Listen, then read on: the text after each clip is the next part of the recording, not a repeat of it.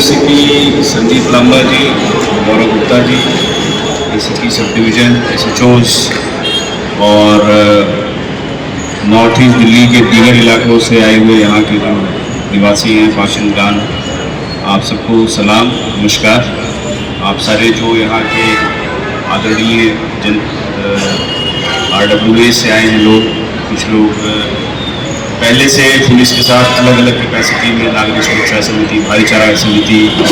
अमन committee में किसी न किसी हैसियत में आप काम करते रहे, तो आप लोग यहाँ की जो संजीदगी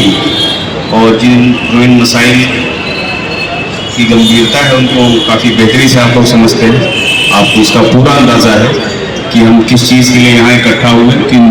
मसलों पर बात करने के लिए, किन चीज़ों पर बात करने के लिए। तो सबसे पहले मैंने पिछली बार भी करेक्ट किया था कि हम ये हैं, हम वो हैं, से ऊपर उठिए और सीधे बोलिए कि भाई हम हिंदुस्तानी हैं सबसे पहले। उसके बाद बताइए कि हम दिल्ली वाले हैं, उसके बाद बताइए कि हम नॉर्थ ईस्ट वाले हैं। यहाँ तक ही रखिए, इसके नीचे के किसी विभाजन में मत जाएगा, ठीक है। अब ये जो हम ये मीटिंग है वो सिर्फ इसीलिए कि आपसे मिलने का एक बहाना है, कुछ बातें आपसे सुननी है, कुछ अपनी बातें आपको बतानी है, और इसी बहाने आप में से कुछ वैसे ही मिलते रहते हैं, जो नहीं मिलते वो इस बहाने बोल देते हैं। तो आप हमें दूसरे को ज़्यादा बेहतर जानने लगते हैं, समझने लगते हैं, और कुछ आपका भी हमें फीडबैक मिलता है कि कहाँ अच्छा कर रहे हैं और कहाँ हमें बेहतरी की गुंजाइश है। जैसे आप में से कुछ साहिबान ने बताया कि कहीं पर ऑटो स्टैंड का मसला चल रहा है, कुछ जगहों पर पेट्रोलिंग और बेहतर हो सकती है, कुछ जगहों पर किसी गली नुक्कड़ पर ऐसे ही जो शातिर बदमाश या ऐसे अनासिर पसंद लड़के हैं, इनका जमावड़ा हो जाता है, तो उस पर भी हम काम करेंगे। हमारे एसएचओ साहिबान ने इन चीज़ को नोट किया होगा, और नहीं भी नोट किया होगा तो हमने रखा है सिस्टम, उस पर हम उनको ताकीद करेंगे इस बात के लिए। रही बात जो अगर हम इस मीटिंग के ख़ास एजेंडे की बात करें कि जो अगले चंद दिनों में शब बारात का दिन आएगा, या 3-4 की रात होगा या 4-5 की रात होगा, तो जैसा भी होता है इसमें, जैसे पिछले सालों में आप सबका कोऑपरेशन रहा, ताउन रहा, सहयोग रहा, उसी को बरकरार रखिए। पिछले साल से भी हमें बेहतर करना है। कुछ उसमें हिदायत है, जैसे आप में से खुद निकल के आई असगर साहब ने कहा कि हम अपने मुकामी जो इदारे हैं, चाहे मस्जिद है, चाहे कब्रिस्तान है, चाहे करबला है, जो भी इदारा हमारा मुकामी है, हमारे घर के आसपास, मोहल्ले के आसपास है, हम वहाँ जाएं, बनिस्बत इसके कि हम सीलमपुर से उठ के नहीं जाए। मैं आपको नज़ीर दे रहा हूँ, इसको अन्यथा मत दीजिएगा। या जैसे आप में से ही किसी ने कहा था कि पहले काफ़ी सारे लोग लोनी गाजियाबाद साइड से यहाँ आते थे, किसी बहाने तफरीह भी हो रही है, मुलाकात भी हो रही है, तो ऐसा न करें। और जैसा असगर साहब ने कहा और आप में से भी कुछ बड़ों ने कहा कि हम अपने बच्चों को, अपने रिलेटिव्स को, अपने रिश्तेदारों को, और जो हमारा लोकल, जहाँ जिस मोहल्ले में रह रहे हैं, जिस इलाके में रह रहे हैं, जिस गली में रह रहे हैं, वहाँ भी हम अपने बच्चों को इसके बारे में नसीहत करें, हिदायत करें, और ये ताकीद करें कि पहली बात तो ये कि कोई भी कम से बच्चा, 18 साल से कम उम्र वाला बच्चा गाड़ी लेके निकलेंगे जिसके पास लाइसेंस था, क्योंकि आज कानून बड़ा सख्त है। इसमें अगर 18 साल से कम बच्चा है और अगर लाइसेंस भी नहीं है, तो जो उसके गार्जियन है उनकी भी जिम्मेदारी इसमें खूबी लिखी हुई है, तो उनको भी इस चीज़ का ध्यान रखना चाहिए, ताकि ऐसा ना हो कि जैसा उन्होंने बताया कि साल का वो दिन है जिस दिन सारा हिसाब किताब होता है, रजिस्टर खुलता है, बंद होता है, तो किसी की जहन नहीं है बैठ जाए कि आज तो ऊपर वाला हिसाब करने में लगा है, तो आज तो जो हो जाएगा सब माफ होगा। ये गलत फहमी कोई न रखे, सारे रजिस्टर खुले रहेंगे, मुकदमे रजिस्टर तो बिल्कुल ही खुला हुआ है, ठीक है। तो आप सारे इतने दिनों में बाकी जो भी आपकी नमाज के लिए जो भी लोग इकट्ठा होंगे, या जिस भी बहाने से आप अपने गली मोहल्लों में इकट्ठा हो रहे हैं, जहाँ भी मिल रहे हैं, एक आपको हिदायत है कि एक सुझाव है और आपसे रिक्वेस्ट भी है कि आप ये बात को ज़्यादा से ज़्यादा फैलाएं, प्रसारित करें कि लोग इस दिन जिन बातों पर हम एग्री करते हैं कि अपनी मुकामी जगहों पर जाएं दुआ पढ़ने के लिए, या जो भी अकीदत का तरीका है उसके लिए, तफरीबाजी के तौर पर इसको ना देखा जाए, ना ऐसी कोई कोशिश की जाए। दूसरी चीज़, और तीसरा ये कि जैसे आप में से कुछ ने इंतज़ामिया से जुड़े कुछ मसाइल बताए, लाइटिंग का, रोड्स का, तो आप एसएचओ साहिबान एक बार इनके साथ लोकल कमेटी की मीटिंग कर लें आप, और ख़ास तौर से ऐसे जो बड़ी जगहें हैं जहाँ काफ़ी बड़ी गैदरिंग होती है, वहाँ के मसाइल देख लीजिएगा कि क्या हल हो सकते हैं क्या नहीं हो सकते। लेकिन जैसा लांबा साहब ने कहा, लाइटिंग का विशेष ध्यान रखें, क्योंकि कई सारी जगहों पर अगर लाइटिंग कम होगी तो आने जाने में किसी को चोट लग सकती है, कोई ऐसा हादसा पेश आ सकता है, कोई ऐसा शरारत पसंद आदमी कोई वारदात कर सकता है, कई सारी चीज़ें हैं, तो इनका ध्यान रखेंगे विशेष तौर से। और इसके साथ ही पिछले एक साल में कई सारी चीज़ें हुई हैं अलग अलग मौक़ों पर, तो हमें पूरी ये कोशिश होनी चाहिए कि हम इस वक्त में आने वाले महीने 1.5 महीने, जब तक हमारा अभी शब बारात है, फिर महाशिवरात्रि है, उसके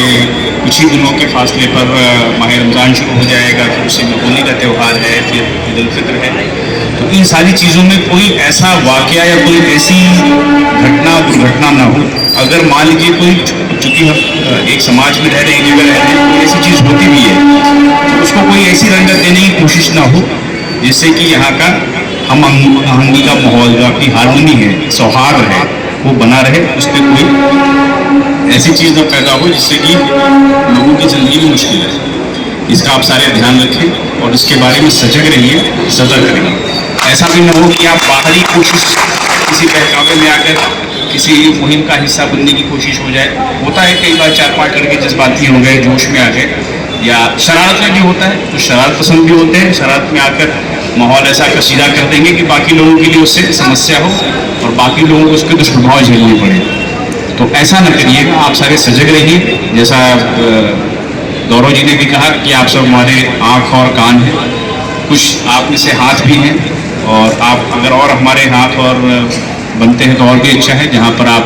RWMW के तहत और प्रहरी स्कीम जो चलती है दिल्ली पुलिस की, उसके तहत हमारी मदद कर सकते हैं। और जो समाज को और सुरक्षित बनाने के लिए और सिक्योर और सेफ बनाने में जो दिल्ली पुलिस और अपने कंसर्न थाने की मदद कर सकते हैं, उसके लिए आप सबका शुक्रिया भी है, स्वागत है। लेकिन उससे पहले आँख और कान तो जरूर खोल के रखें आप सारे। और उसी में जैसे कुछ बढ़ती हुई चीज़ें हैं, इस पर मैं अपनी बात आपने ही छेड़ा, तो मुझे लगता है कि ये मौका है आपसे इस बात को रखने का कि आप लोग जिनको भी किराए पे अपना घर दुकान दे रहे हैं, शॉर्टेस्ट पॉसिबल टाइम में उनका टेनेंट वेरिफिकेशन आप जरूर करा लें। पिछले काफ़ी टाइम से कई सारी वारदातें ऐसी हुई जिसमें हमने ये पाया कि जिन्होंने उनको मालिक मकान में किराए पर जगह दी थी, 3 महीने हो गए, 4 महीने हो गए, कोई इतला नहीं दी, कोई इन्फॉर्मेशन नहीं दी। तो अगर हमारा ये तरीक़ेकार है, अगर हमारा ये सिस्टम है, तो ये बहुत ही चिंताजनक है। और इस ज़िले के निवासी होने के नाते, इस क्षेत्र के निवासी होने के नाते, इसे मैं आप सबका कर्तव्य मानता हूँ, क्योंकि यहाँ जितनी आबादी है और जितनी घनी आबादी है, ऐसे में बिना आपके इस सहयोग के, आपके कॉपरेशन के, आपके गली को, मोहल्ले को,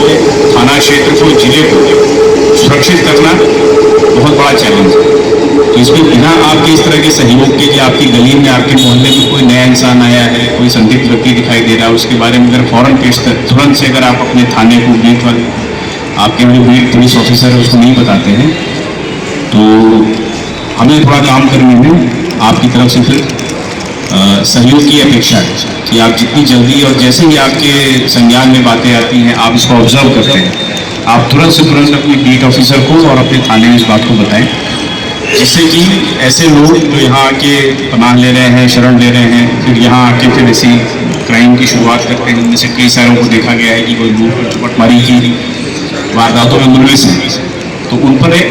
काबू किया जा सके। कुछ जगहों पर ऐसी वारदात हुई है, वहाँ पर उनके खिलाफ कार्रवाई भी हुई होगी ऐसे मकान मालिकों के खिलाफ, लेकिन हम नहीं चाहते कि हमें इतनी छोटी सी चीज़ के लिए मकान मालिक के ऊपर कार्रवाई करनी पड़े। बेहतर यही कि आप इस पर खुद एक बार सोचें, आप अपनी जो RWAs है, आपकी मार्केट वेलफेयर एसोसिएशन है, या कोई आपका और जैसे व्यापार मंडल या मार्केट एसोसिएशन है, या आप और किसी तरीके से अपने आप को ऑर्गेनाइज करते हैं, जो आपकी कम्युनिटी ऑर्गेनाइजेशन है, तो उसमें भी आप इन सब बातों को कर सकते हैं। हमारी कोशिश इस साल हमेशा रही है, इस साल रही है कि थोड़ा चीज़ों को और बेहतर करेंगे, जो स्ट्रीट क्राइम उसकी कमी है उसमें, लेकिन बिना आपके सहयोग के। जैसे आप में से कुछ ने जो SHO सीलमपुर का इनिशिएटिव है, आप सबने उसको सराहा, इसके लिए आपका मैं शुक्रिया अदा करता हूँ। लेकिन इसी तरह से आपका कॉपरेशन और आपका सहयोग हमें बाकी जगह भी अपेक्षित है, ताकि वहाँ पर भी जो घटनाएं या जो इस तरह की वारदात है, कोई ऑर्गेनाइज क्राइम है, उस पर कमी लाई जा सके। आपने से किसी नंदनगिरी का हवाला दिया था, ऐसे किसी और इलाके में भी होगा, मैं आप सबसे आह्वान करता हूँ, अनुरोध भी करता हूँ कि आपके इलाके में भी अगर ऐसी कोई घटना या ऐसी कोई चीज़ हो रही है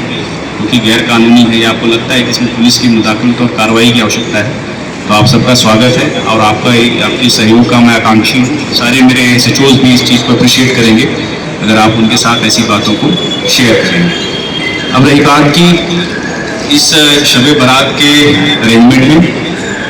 आप सारे अपनी जो भी अमन कमेटी है, भाईचारा कमेटी है और जो बड़े स्थान हैं 14-15 लोकेशंस हैं जहाँ काफ़ी बड़े लेवल पे फंक्शन होता है, तो उन सारी जगहों की आप आज और कल में मीटिंग कर लें, उन जगहों को उस कमेटी के साथ विजिट कर लें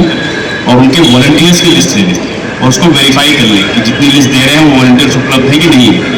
और उनको उनके पॉइंट ऑफ ड्यूटी के हिसाब से या आप किस सेट ऑफ वॉलंटियर को किस जगह तैनात कर रहे हैं उस तरह का अपना एक खाका और प्लान भी बना लें ताकि किसी जगह कोई आवश्यकता पड़ती है तो हमें बिल्कुल ये पता हो कि हमें किस वॉलंटियर को वहाँ पूछना है या संपर्क करना है।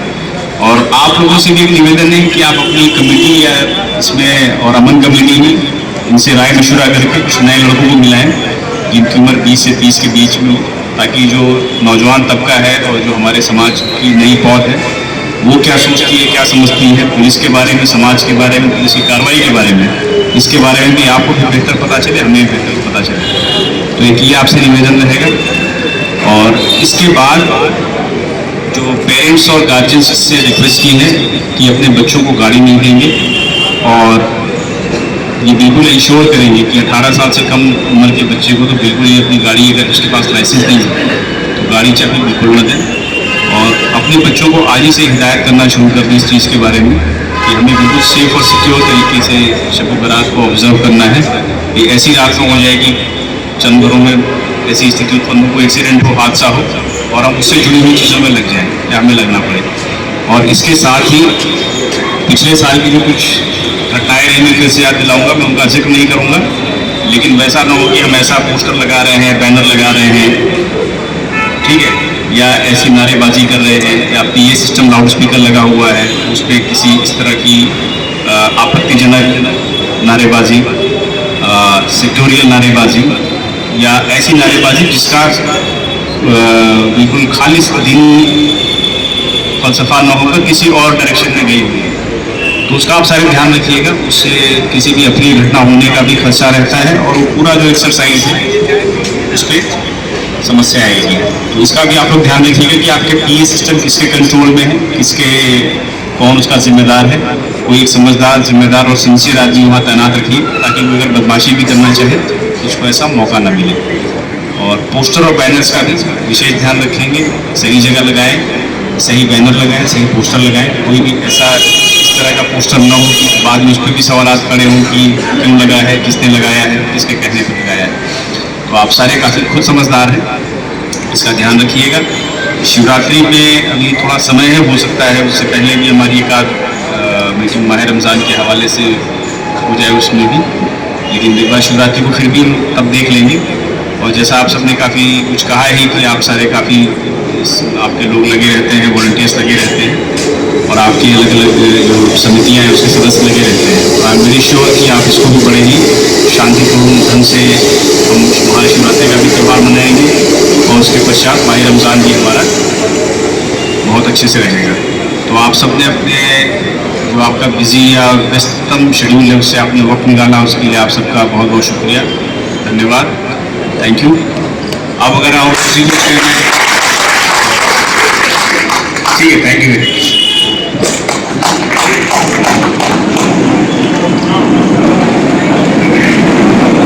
एक बार नारा बोलेंगे, जय हिंद, भारत माता की, भारत माता की, भारत माता की। अगेन आपका दिल की गहराइयों से आए हुए सभी बेटियों का और हमारे सिविल एजेंसियों का दिल की गहराइयों से हम स्वागत करते हैं।